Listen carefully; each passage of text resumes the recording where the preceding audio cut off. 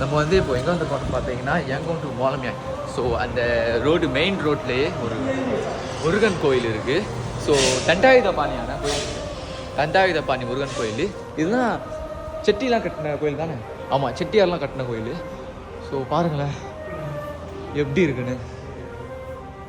வா, இந்த கோயிலை ஒரு 150 வருஷத்துக்கு முன்னாடி கட்டினதுன்னு சொல்லியிருக்காங்க.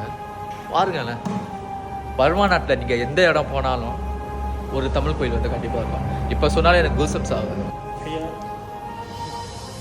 ஸோ இப்போ நாங்கள் இப்போ வந்த டைம் வந்து நடை சாத்தியிருக்காங்க. எங்களால் முருகரை தரிசனம் பண்ண முடியல. செம்ம இன்ட்ரெஸ்டிங்காக இருக்குது.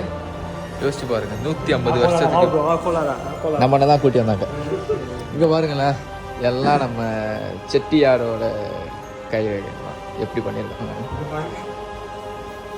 வா, சூப்பராக பண்ணியிருக்காங்க. பார்த்தீங்களா, பர்மால தமிழோட நம்ம தமிழ் மக்களோட அந்த கைப்படை அப்படின்னு சொல்லுவாங்களா, ஸோ எப்படி பண்ணியிருக்காங்கன்னு. இது வந்து 150 வருஷத்துக்கு முன்னாடி கட்டின கோயில். ஸோ அப்போயே பார்த்தீங்கன்னா துவாரவார இடத்துல இந்த மாதிரி நம்ம மிலிட்ரி, அது எப்படி சொல்லலாம், மிலிட்ரி இல்லை, இது வந்து எனக்கு சொல்ல ராணுவர் இல்லை, அது வந்து அந்த டைமில் இருந்திருக்காங்க, போலீஸ் மாதிரி. ஸோ அவங்க மாதிரி பண்ணி வச்சுருக்காங்க. அதுவும் நம்ம தமிழ் ஆளுங்க போட்டு. ஸோ அந்த ஃபேஸை நீங்கள் பார்த்தாலே தெரியும், அந்த ஃபேஸ் கட்டை பார்த்தாலே தெரியும் நம்ம தமிழ் ஆளுங்க மூஞ்சி மாதிரி.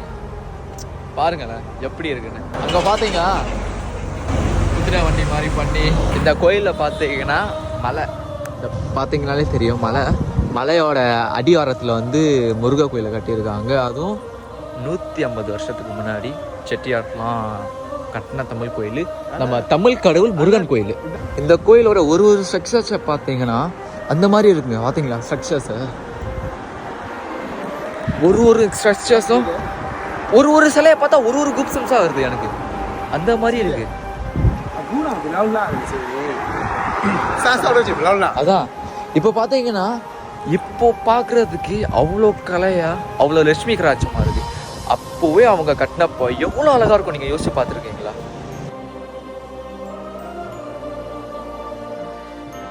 ஸோ இது பார்த்தீங்கன்னா, இந்த லேண்டு பார்த்தீங்களா, இந்த இடம்.